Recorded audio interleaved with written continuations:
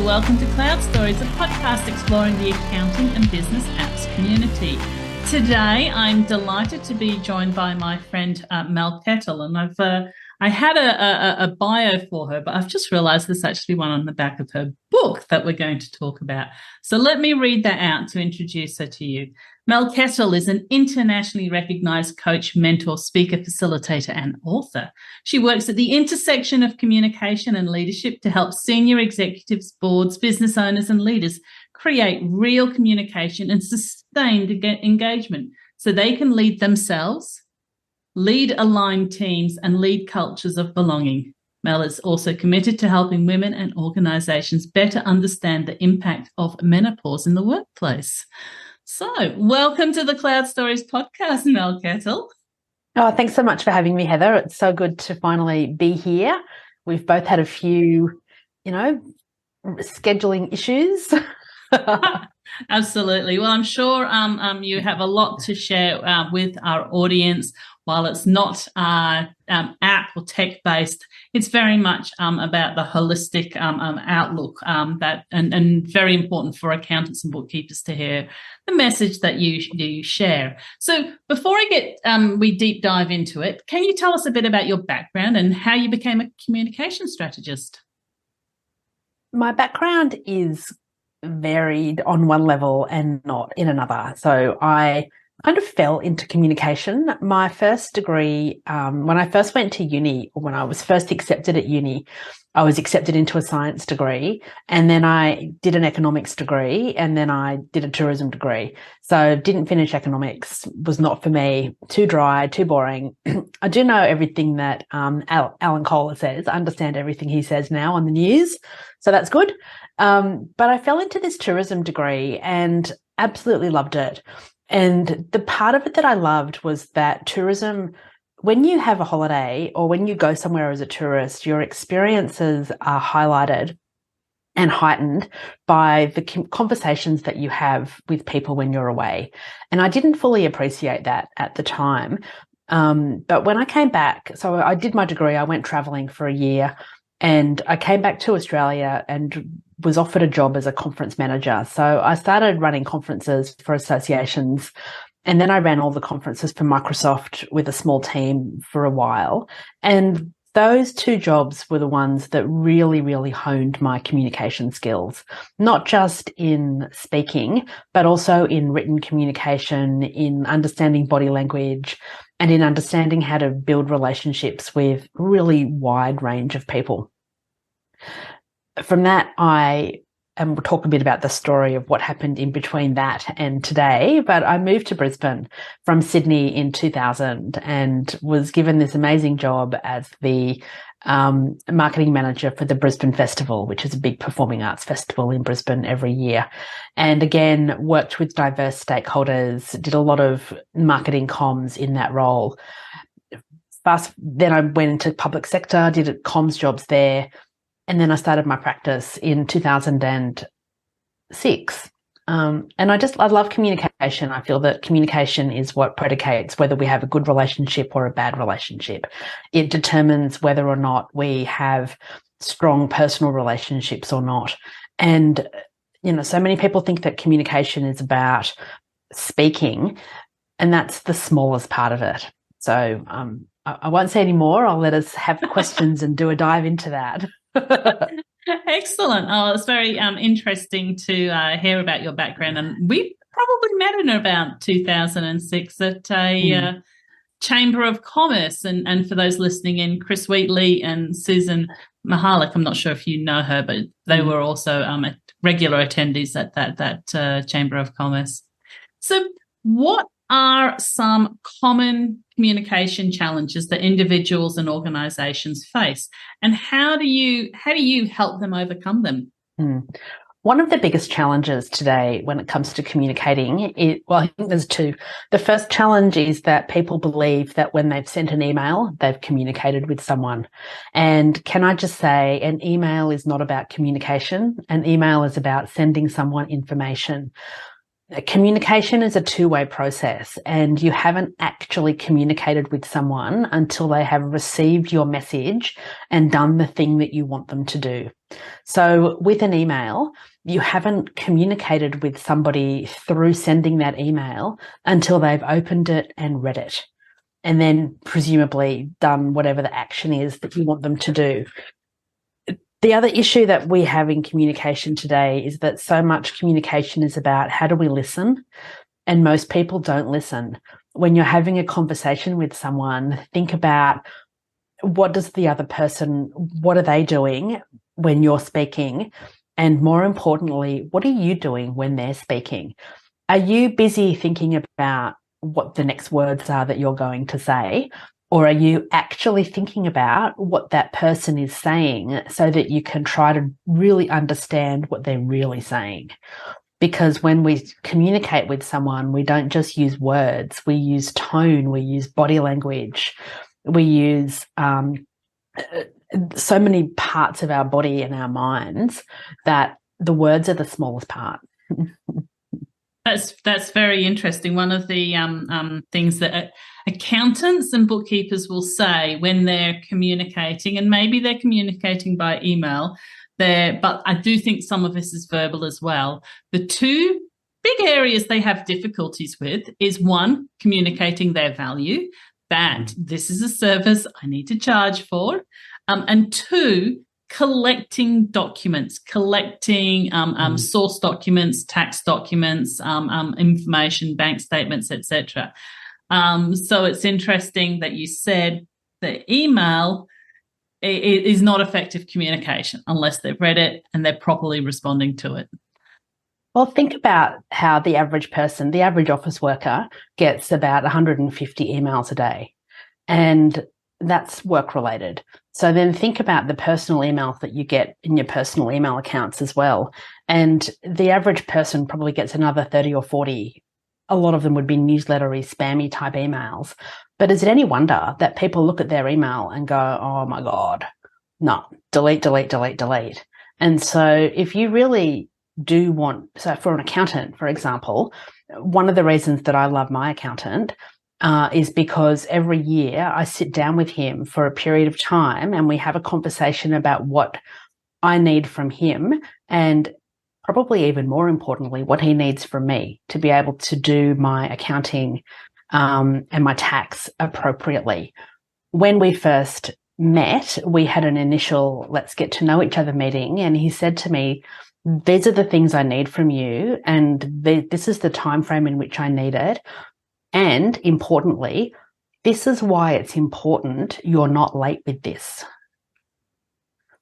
And that just stuck in my mind. And I thought, oh, that's great, because he's not just telling me what he wants and when he wants it by, but he's telling me why it's important and what some of the consequences might be if I don't deliver to him on time. That's a really important message for our accountants and bookkeepers to listen to. We don't just want you to send the message via text message, which they might go, oh, they're not going to listen to my email. Don't send it via text. That might not work as well. Going that extra mile of explaining why the documentation, why the information is needed. But text messaging can be really helpful. So last year before, my tax was really complicated. And so I sent a bunch of stuff to David, my accountant, and there were things that I left off because I forgot, didn't know. It was outside of my regular process of needing to send him things every year. And so he texted me or he rang me and he said, thanks, but I still need these things. He said, they'll take you some time to collect together. When you've emailed them to me, would you mind sending me a text to tell me that it's sent? So then I know I can look at my email and it'll be there. And he said, I don't care what time of day or night it is. I'm going to be working really late over the next few weeks. And when I'm going to bed, my phone will be on silent, so you won't disturb me. Or it'll be in do not disturb mode. And I thought, yeah, that's really clever, because he's setting now, he knows that he needs things. He knows that he's getting a lot of emails, but he also wants this to be a priority because of, what we were doing together. And I thought that's a great idea. And that's something that I implement with my clients as well. So when I'm if, for example, when I'm sending a proposal to somebody, I used to use a proposal software that would often get caught up in spam filters. So I'd send the proposal through the software, which I no longer use because it just became a bit problematic. But I'd send a text as well saying, just to let you know, I've sent the proposal. Thanks very much. If you don't get it in the next 10 minutes, can you please let me know and I'll send it in a different way? Or check your spam filter, or, send a different message. And I think that as we're so busy today at work and in life in general, having that extra layer of prompt can be really, really helpful.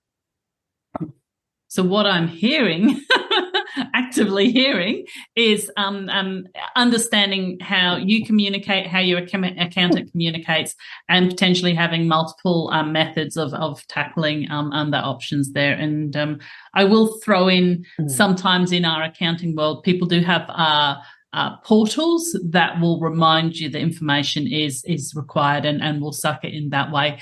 But again, the spam filter is actually a really big issue. How frustrating. I feel sorry for that software, that the proposal software that had to fight spam filter. It was, particularly in government, it was a massive challenge. Anyway, I don't use it anymore. So your book, so you have your first book was The Social Connection, and now, is that correct? The first book was The Social, and then close. The first one was The Social Association. Sorry. I've got that written here, and I've said it out incorrectly. The first book was The Social Association, and here is the second book, which is Fully Connected. Can you share some tips for our readers to let them know a bit about this book, and share some tips on how they can great leaders prioritize themselves, reclaim their energy, and find joy, and some sort of things that people need to know about reading this book? Yeah, thanks, Heather. So my book came out last year in July. It became an Amazon #1 bestseller. Yay, I'm very excited about that. I wrote the book for leaders, and my definition of a leader is that everybody can be a leader. So you can be a leader in your job where you have people, where you manage people, or where you're a senior person in your organization. You can be the leader in your family, or a leader in your family.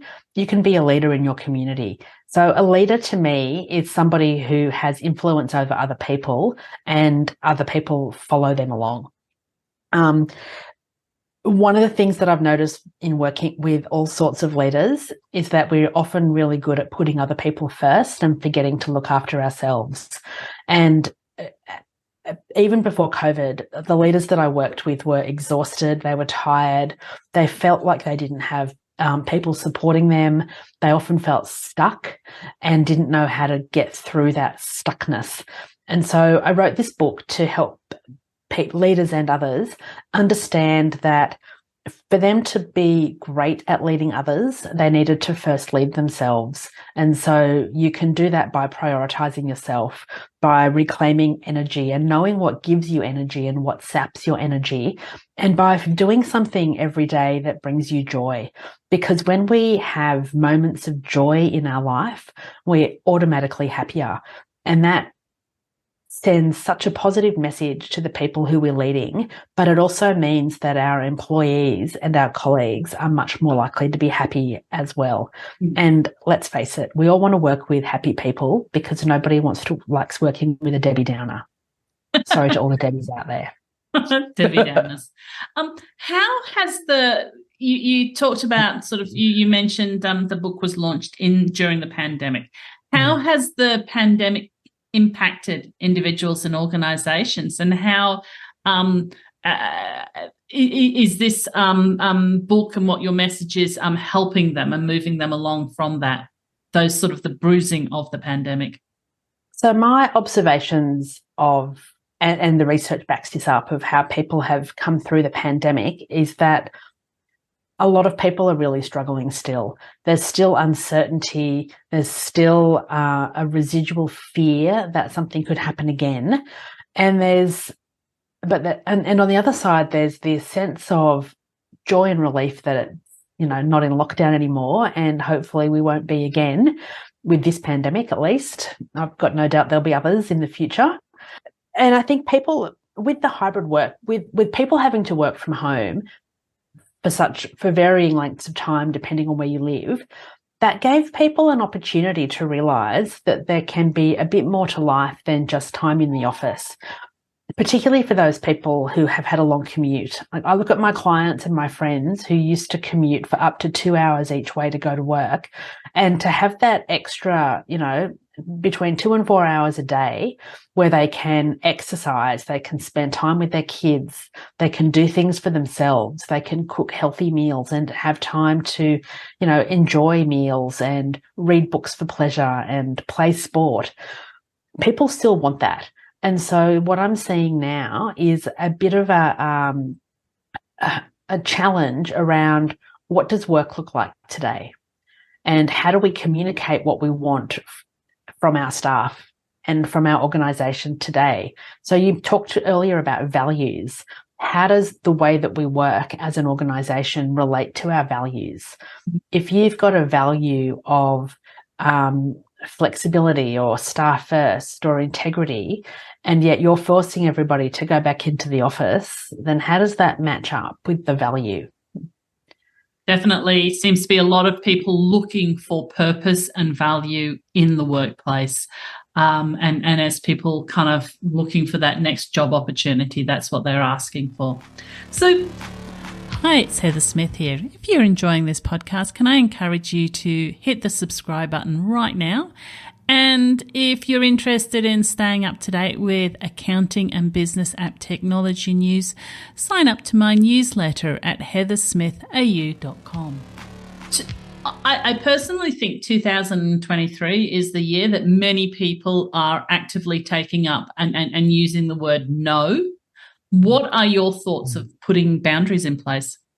Oh, that's my favourite subject. When we have boundaries, we prioritise ourselves, and we know what we want out of life. We know what's important to us, and we know what it is that we need to do to make sure that we spend time doing those things. The issue with boundaries, there's a few. People often don't know what a boundary is. If you're a people pleaser, it can be very difficult to say no to other people. And when you do say no to other people, quite often that other person doesn't like it, and so they'll push back. So when you're setting boundaries, the important thing is to be really clear on what it is.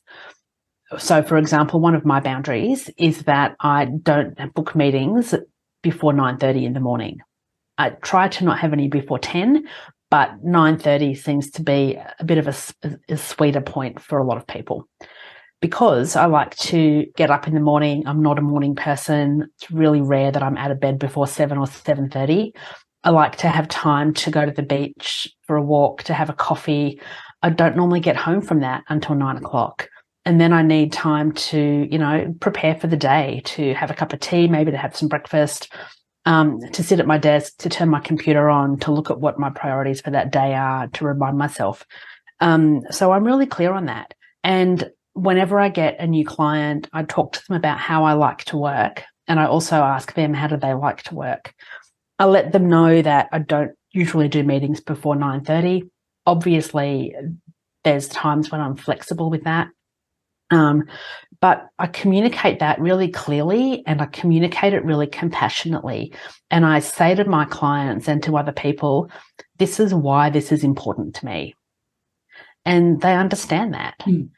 And so I think the key thing with boundaries is that not only do you need to know what's important to you and why, it's how you communicate that clearly and consistently and compassionately. I texted one of my clients the other day and he said, I can't talk today. I'll call you on Friday morning. And then about 30 seconds later, another text comes through that says, but not before 9:30. I went, you know. Yeah, absolutely. And I think it's the someone who's upset that you've put boundaries in place was the person who was going to take advantage of you not having boundaries in place. Oh, yeah, for sure. And we don't necessarily need to work with that person or deal with that person in sort of both socially and work-wise. Yeah, exactly. But, I had a meeting the other day at 7:30 in the morning with a potential client, and that was the only time that worked for them. And it's an organization that I really want to work with. And it was the only time that I could get the head of HR and the CEO at the same time. And so, of course, I'm really willing to be flexible for that. Yeah. But now that we are starting to work together, I'll be saying to them, just to let you know, don't normally do meetings this early because of these reasons. And mostly because I find it really hard to string a coherent sentence together at that hour of the day. Yeah, absolutely. People are different. I block off Mondays and Fridays typically, but again, with some allowance on that. Same. My day starts at 4 a.m. So half the day's gone by the time I hit 9:30. But you probably don't go through till 6:30 or 7 in the evening. No, and different. You should work when your energy level is there. Absolutely. It's about knowing your chronotype and knowing what your body rhythms are and your circadian rhythms so that you can maximize the times that your brain and body are most suited to do that type of work. So my friend Donna McGeorge wrote this great book called The First 2 Hours, and she blocks the day into the work day into 2-hour chunks. And she isn't prescriptive around between 9 and 11 you do this, 11 and 1 you do this, 1 and 3 you do this, and 3 and 5 you do this. But she's got exercises in the book where you can work out what your chronotype is so that you can allocate those 2-hour blocks most appropriately during the course of the day, depending on when you're going to be switched on enough to do the deep work or when you might just need that busy work of, responding to emails and paying the bills and doing the mundane things that don't require all the synapses in your brain firing at once. Yeah, absolutely. And that sounds like a great book. What was the book's name again? It's called The 2-Hour Workday, I think. No, that's not what it's called. That's not what it's called. What was the name? The First 2 Hours. The First 2 Hours. The First 2 Hours. Donna McGeorge. Excellent. I'll put that I'll send you the link. Yeah. Yeah, she's great. Donna's other book, which is absolutely revolutionary for me and all of my clients, is called The 25-Minute Meeting. And she talks about how so many of our meetings in Outlook and Google Mail default to 1 hour. She says change it to 25 minutes and have a much clearer focus of what you want to get out of that meeting. Because she said you'll meet to fill the time. If you've got 25 minutes, you'll often have more productivity and better outcomes than if you had an hour, because you're not fluffing around with the social niceties that often happen in a meeting that aren't really necessary, particularly if you know somebody, if you know the people you're meeting with. With Google Calendar, you can actually set it up so that the meeting doesn't default to 30, it defaults to 25 for people who are listening in. And it's just a simple thing to make that change. Read the book as well. Absolutely. I've set my Google Calendar up to default to 25 and 50. And it's excellent. Yeah. Let's get the robots to help us, but read the books as well. Yeah. So, Mel, you say that you measure success by how many times you can get to the beach each week. And by doing work you love with people whose company you genuinely enjoy. So how many times have you been to the beach this week? It's Tuesday. I've been twice. If we're starting, is the week start on Monday? Let's just say the week starts on Monday. And yesterday I had a swim because the weather was amazing up here and the surf was really calm. I didn't have a swim this morning because I didn't have time to wash and dry my hair afterwards before I had to jump into things. And I'm really glad I didn't, because it was as rough as guts this morning. Well, that sounds like a brilliant happiness KPI to be monitoring. Maybe you should go with my short hairstyle. Oh, look, I just had other stuff going on this morning. But yeah, my goal is 5 times a week to the beach. Yeah, and fantastic. If I achieve that, I'm super happy. Yeah. Oh, I'm now very jealous. But I probably do 10 walks with Chester, my border collie, who always brings me joy. So it's what you making joy from what you have around you and you can access. Absolutely. And definitely think the short hair cut makes life a lot easier. Having curly hair definitely makes it easier as well, because it's very forgiving. So you've talked about the importance of listening, effective Mm. listening, active listening. How can people listening in? What are some techniques for them to become better listeners? If you don't understand what the other person is saying, then ask them to repeat it using different words. Another way of becoming a really strong listener is to have somebody say something to you and then say back to them, can I just clarify this? This is what you meant. Especially if it's a request from, a colleague or your boss at work and they want you to do something you don't fully understand. Ask a question to seek clarification or repeat it back using different words to make sure that you understand what they're asking or what they're meaning. Different types of listening as well, depending on the situation that you're in or who you're with too. So I know that, for example, there's a lot of selective hearing that happens in my house with my husband, particularly when I say things like, what do you want for dinner? He's just like, oh yeah, whatever. And then when I serve him something up, he's like, oh, I didn't want this. Like, well, I gave you an opportunity. I asked you and you said whatever. So here's whatever. Cookbooks need to, have recipes called whatever. And so how do you, and so as the communicator or as the speaker or as the person who is wanting to make sure our message is received and heard for what we intend, sometimes we also need to go back and say, do you understand that? Do you know what I'm asking you? I know when my stepson was small, I would frequently say to him, I'd ask him to do something and then I'd say to him, what have I just asked you to do? So that I could make sure he was listening to me. And by getting him to repeat it back, there's research that shows when you repeat something back and you have to verbalize it yourself, you're more inclined to remember it.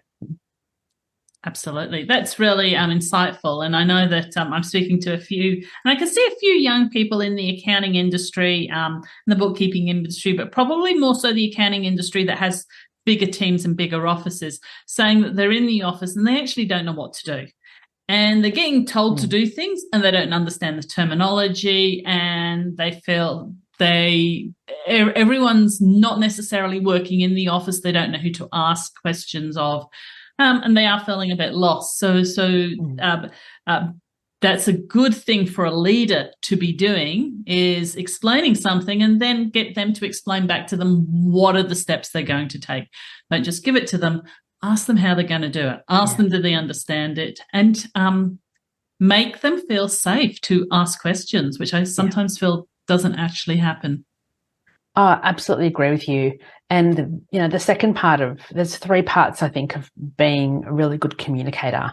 Listening is one of them, but asking is another one of them. And the more you are comfortable in asking questions, the more people will be confident that you, particularly if it's in a learning situation, then they'll be more confident that you know what you need to do. But asking questions when you first meet somebody shows that you're interested in who they are and what they do and what they value and stand for. And it's a great way of getting to know people. And then the third thing is observing.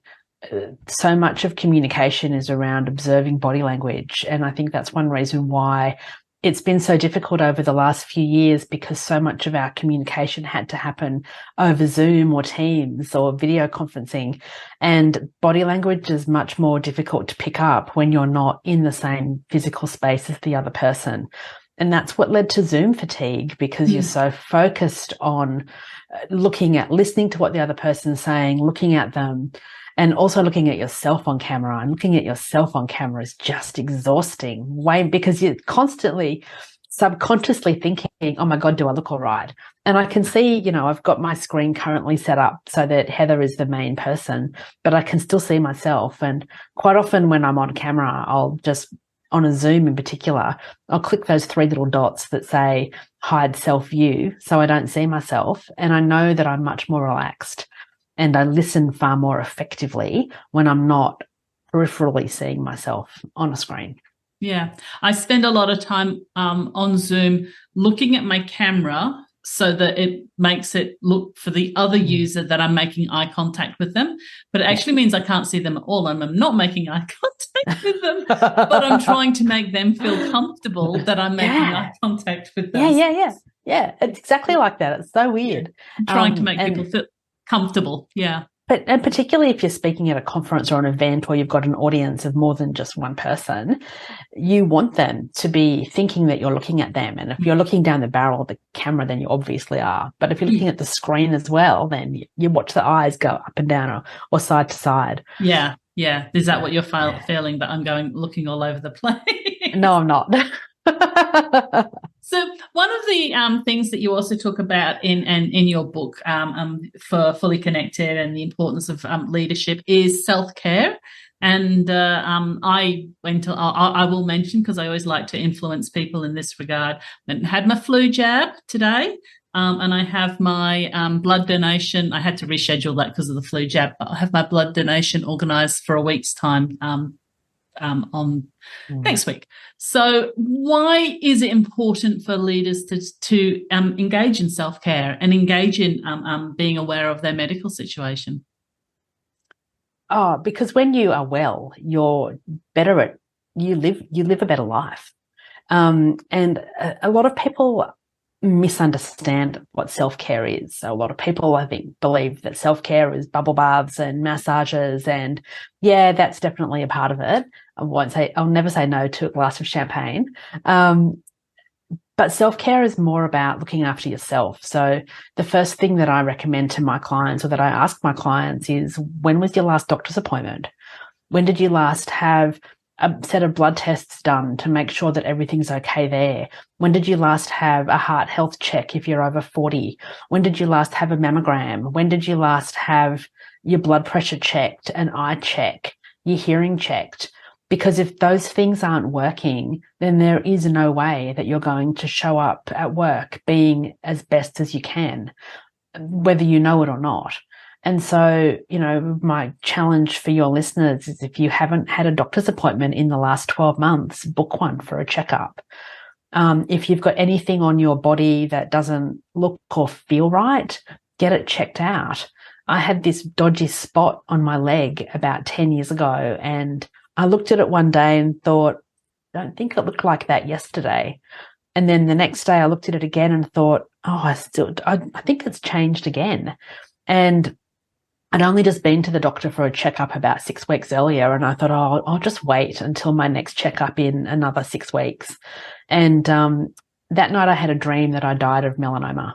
And so you can absolutely guarantee that I was on the phone to the doctor's surgery the moment that it opened the next morning, and had an appointment, had it scraped off and checked out. And sure enough, it was a level 2 melanoma, and it was really aggressive. And if I hadn't acted as quickly as I did, the plastic surgeon who operated said I would be dead within a year. So it's very confronting hearing things like that. Especially when they're being told to you. So if you have anything that you're a little bit unsure of, just get it checked out. It's not worth the risk. And then the other things with self-care are things like, are you eating enough? Are you eating the right foods for your body? Are you getting enough sleep? Are you getting enough exercise and movement? And are you resting enough during the day and, on weekends and holidays? Or are you just constantly go, go, go, go, go without any time to slow down? Yeah, no, such great messages. And Mel and I both have, if you can't see us, we both have very pale skin. So we're both frequently very sun aware. So that's one thing that we do highly encourage. But all of those messages about going and getting checked up are really important. And I know that I go for a skin checkup annually, and that's fun, but it's just part of life. It is. And same with all of the regular checks. And the older we get, the more we need to make sure that we're doing those. I went to the optometrist the other day, or a couple of months ago now, and he said to me, okay, I know that the general consensus is that you only need to get your eyes checked every 2 to 3 years. But now that you're over 50, you should probably do that every 18 months because things can go wrong quickly. At that age. That's interesting. And I went, oh, great. Thanks for the reminder of my age, buddy. At least with technology, they seem to be getting far quicker in the way that they can assess your eyes. You seem to just be able to sit there and things blow into them and zoom around them and tell you whether they're working or not and what you need to do. But your eyes can also tell you what else is going wrong in your body. So, when he looked at my eyes, he said, "Have you had an issue with this?" And I went, "Oh, yeah, I have. How did you know that?" And he said, "I can tell by looking at your eyes." And I went, "Oh, wow. Okay, good." Thanks. Good to know. Excellent. So hopefully everyone's running off now to make some appointments so they can sort of live the fullest life and be that leader that their community and their team need. So let's talk a bit about attitude. You've mentioned that the Greek stoic, I don't know what you mean by the word stoic there, whether it's an adjective or it's a pronoun. The Greek stoic philosopher Epictetus said, "It's not what happens to you, it's how you react to it that matters. Behavior is inextricably linked to attitude."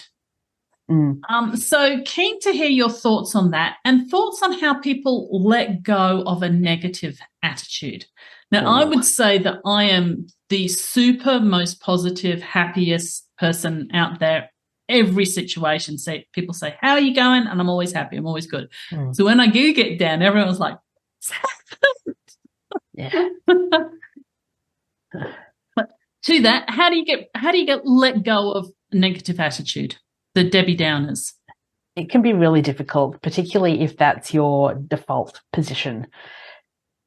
Like you, I see the positive in everything, and friends of mine when I was younger would call me Pollyanna because I always saw the good in things, and it was very frustrating to people who did not. But I believe that you're either naturally pessimistic or optimistic, and that we can all be optimistic if we try. Having said that, knowing what your attitude is like and how your behavior is influenced by your attitude comes with having a higher level of self-awareness. One of the ways that you can improve that self-awareness and become more aware of your attitude is by thinking back to what happened to me today. What was my day like today? How did I react when something didn't go as I expected it to? How did I react when something amazing happened? And why did I react in that way? So for example, you're driving down the road and somebody cuts you off in traffic and you just completely lose your shit and start swearing. So have a think about why did I respond in that way? Why did I give him the finger? Why did I swear? Why did I, have whatever my reaction was? And just ask yourself that until you get to the root cause of why that reaction was. It can be quite confronting to ask yourself these questions, but think about how could I react the next time someone does that to me? Did I have that reaction because I was running late to an appointment? Did I have that reaction because I had a fight with my husband this morning and I'm still haven't processed that fully? Did I have that reaction because the world is always conspiring against me? Like, why did you have that reaction? And when you think about why you had those reactions, then link that to why am I thinking that way? What does my attitude towards that look like? How can I have a better attitude and therefore better behavior when someone cuts me off in traffic the next time? Yeah, very, very important. And I have someone who has told me in life that he finds me too happy and too Pollyanna, and that he's actually asked me to block him, which I find bizarre. But anyhow, I don't have any beef with him whatsoever, and I like him quite a lot. But he just says, "I just find you nauseatingly happy all the time." And it's interesting. Can I just say, there's a lot of things that we have control over in our lives. We do not have any control over how other people see us, perceive us, talk to us. We can influence how they might perceive us, but at the end of the day, it's their perception of us. And so when you have people in your life like this chap in yours, that's on him. Yeah. That is not on you. Yeah. I've had people say to me over the year, I had someone say to me, this particular man is scared of you because you're so controlling. And I said, I'm not controlling. I'm in control of my life.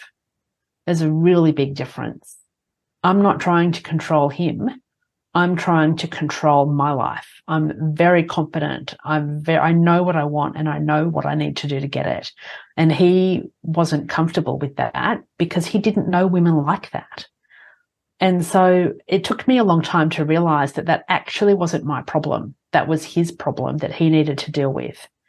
And I shouldn't let people like that diminish my light or try to bring me down or get into my head in a way that will prevent me from achieving my goals.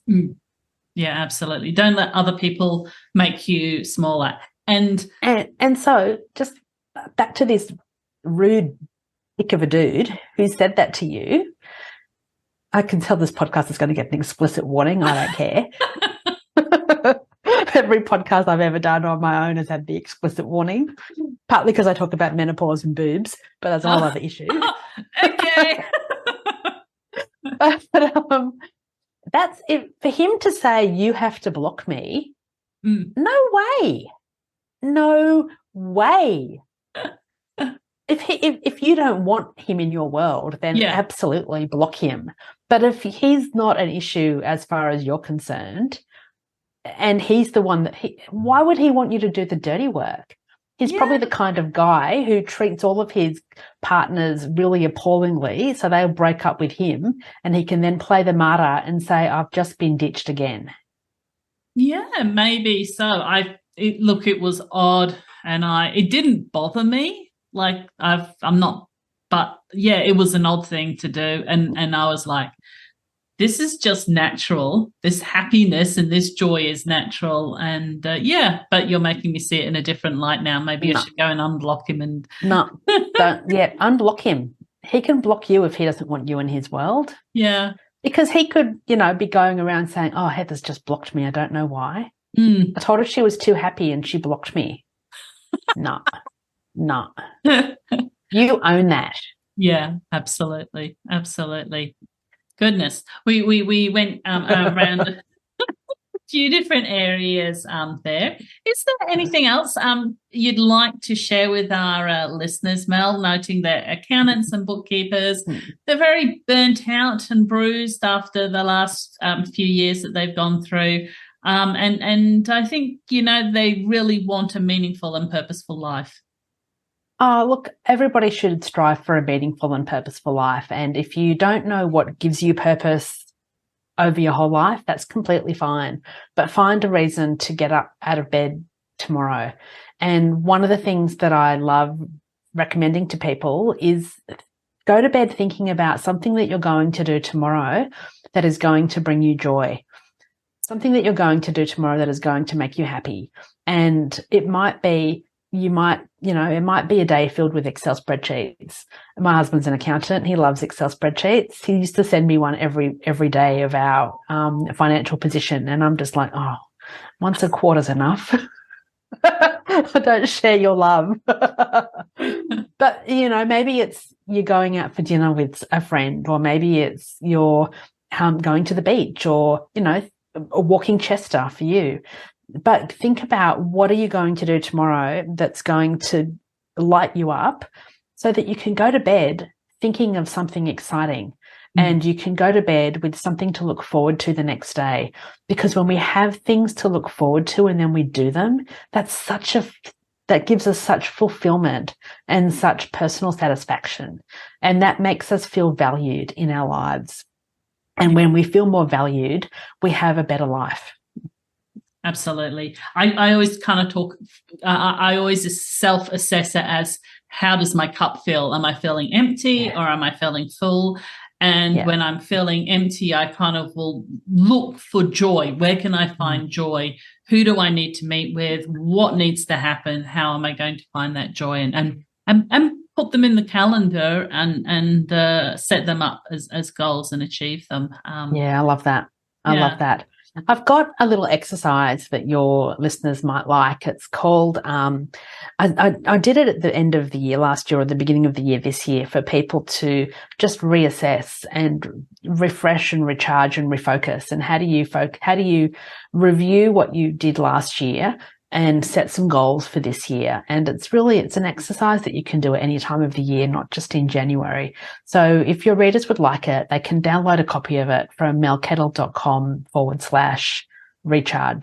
So I do encourage anyone who's listening in and who's liked the message that Mel's sharing to grab a copy of her book, Fully Connected. I know I've got a copy, and I've actually bought a number of copies for other people in the industry and sent them to them, whether I felt that it was a similar sort of message they were putting out there, and I think it's easy for other people to align with, or whether I felt that it would be beneficial for them. It's an easy book to sort of jump in and read when you're looking to improve your life. So, Mel, where can our listeners find out more information about you and your work, and where can they get copies of your book, other than trying to get me to buy them a copy and send it to them? So the best place to find me is my website, melkettle.com. I'm also on Instagram, Twitter, and LinkedIn. And if you just Google my name, Mel Kettle, you'll find everything there. Absolutely. It's you've got a very unique name, so it's all been easy for you to grab all of the handles everywhere, which is it has nice. I remember we had a conversation about that when you first joined Twitter, and I remember you saying to me, "I can't get Heather Smith. There's 37 other Heather Smiths." So you went with Heather Smith AU, and I thought, yeah, that's clever. Whereas there's me. There's not many Mel Kettles, although I do know two others, and one's a man and one's a woman, and they're both in marketing comms as well. Oh, my goodness. So random, isn't it? I know. Wow. Yeah. That's what a shock. Yeah, I know. It's so random. Yeah. Oh. And I discovered that because I got a Google alert for an article in a newspaper, and I'm reading the quote thinking, I don't remember saying that. And then I looked more deeply and went, I didn't. Oh my gosh, there's another Mel Kettle. And it was a guy in the UK who works in the train industry, does comms for a train company. A train company? Like trains, it's in British Rail or somebody like that. Oh, okay. Very good. Yeah. Well, that's Virgin Trains or one of those ones. Yeah, it was just so random. And I thought, I wonder who else has my name. The three of you Mels need to meet up, and I know we should. There needs to be a film made out of the Mel 3, the triple Mels. Yeah. Thank you so much for joining us on the Cloud Stories podcast. We've really enjoyed having you on, and I'm sure our listeners will benefit from all of your insights and hopefully jump over and grab your book. Oh, fantastic. Thanks so much, Heather. It's been great to talk to you. Look forward to seeing you in person again soon. Absolutely. So do I. Cheers. Bye.